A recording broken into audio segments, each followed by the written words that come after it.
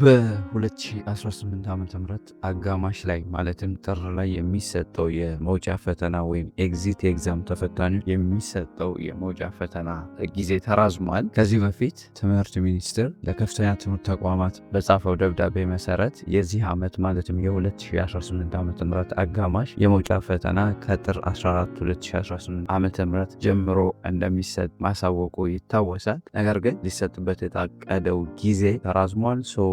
በምን ምክንያት የተራዘመው፣ መቼ ነው ፈተናው የሚሰጠው የሚለውን በዚህ ቪዲዮ ሼር አደርጋችኋለሁ። እስከ መጨረሻው ድረስ አብራችሁን ቆዩ። ከመጀመራችን በፊት ግን ከዚህ በፊት ለማታውቁኝ ፈንታውን ጻ ይባላለሁ። በቋሚ ስራ ዩኒቨርሲቲ አስተማሪ ነኝ። በዚህ ዩቲዩብ ቻናል ልክ እንደዚህ አይነት ጠቃሚ የሆኑ መረጃዎችን ሼር አደርጋችኋለሁ። አዲስ ከሆናችሁ ሰብስክራይብ አድርጉ። ለስዳይብ ማስታወቂያ ይላል። እንግዲህ የወጣው ማስታወቂያ ለ2018 የትምህርት ዘመን አጋማሽ የመውጫ ፈተና ወይም ኤግዚት ኤግዛም ተፈታኞች በሙሉ ይላል። ጉዳዩ የፈተና ጊዜ መራዘሙን ስለማሳወቅ ይሆናል ይላል። ከዚህ በፊት ትምህርት ሚኒስቴር በጻፈው ደብዳቤ የዚህ ዓመት አጋማሽ ወይም ጥር ላይ የሚሰጠው የመውጫ ፈተና ወይም ኤግዚት ኤግዛም ከጥር 14 ጀምሮ እንደሚሰጥ ማሳወቁ ይታወሳል። ነገር ግን ከፈተና ዝግጅት ስራዎች ጋር በተያያዘ ምክንያት የፈተናው ቀን የተራዘመ መሆኑን አውቃችሁ ቀኑ በሚመለከተው አካል እስከሚገለጽ ድረስ በትዕግስት እንድትጠባበቁ እናሳስባለን ይላል።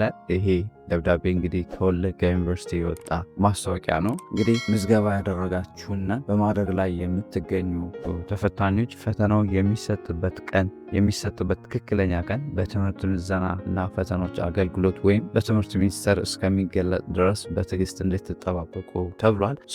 ከላይ የተያዘው የምስል መረጃ ከወለጋ ዩኒቨርሲቲ የተገኘ ነው። እንግዲህ በ2018 ዓ.ም አጋማሽ ወይም ጥር ላይ በሚሰጥ በነበረው በዚህ ኤግዚት ኤግዛም የምትወስዱ ተፈታኞች ከወዲሁ ቅድመ ዝግጅት እያደረጋችሁ ቀኑ በሚመለከተው አካል እስኪገለጽ ድረስ በትዕግስት እንድትጠባበቁ እናሳስባለን።